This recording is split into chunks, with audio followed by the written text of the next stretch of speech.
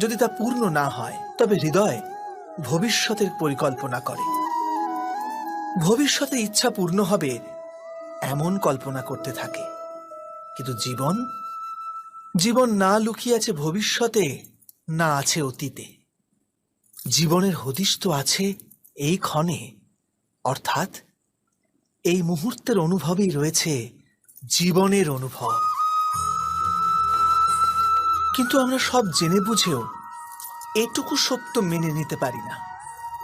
হয় আমরা পুরনো স্মৃতি দিয়ে নিজেদের ঘিরে বসে থাকি, অথবা আগামী সময়ের জন্য পরিকল্পনা করতে থাকি। আর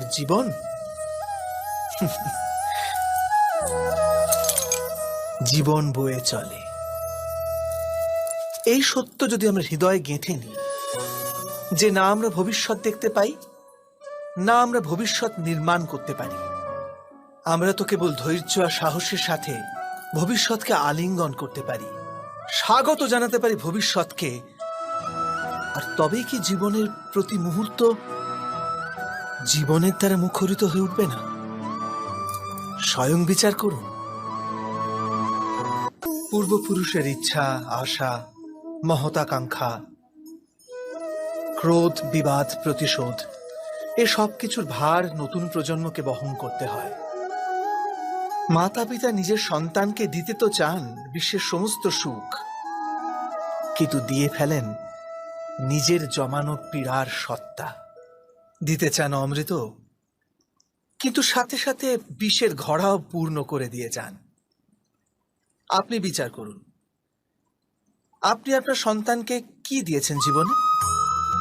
অবশ্যই প্রেম, জ্ঞান, সম্পত্তি এসব দিয়ে থাকবেন, কিন্তু তার সাথে সাথে ওদের মনকে বিষে দেননি তো পূর্ব শর্ত দিয়ে? ভালো মন্দের পূর্ব পরিকল্পিত ব্যাখ্যা দেননি তো? ব্যক্তির সাথে ব্যক্তির, সমাজের সাথে সমাজের, রাষ্ট্রের সাথে রাষ্ট্রের এই সংঘর্ষ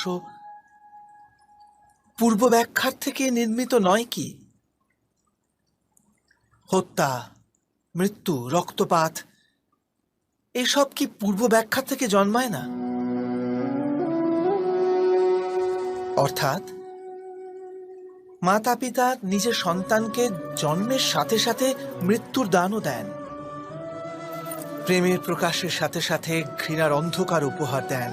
আর অন্ধকার মনের হোক, হৃদয়ের হোক বা বাস্তবিক হোক, তার থেকে কেবল ভয়ের উৎপত্তি হয়, কেবল ভয়। স্বয়ং বিচার করুন।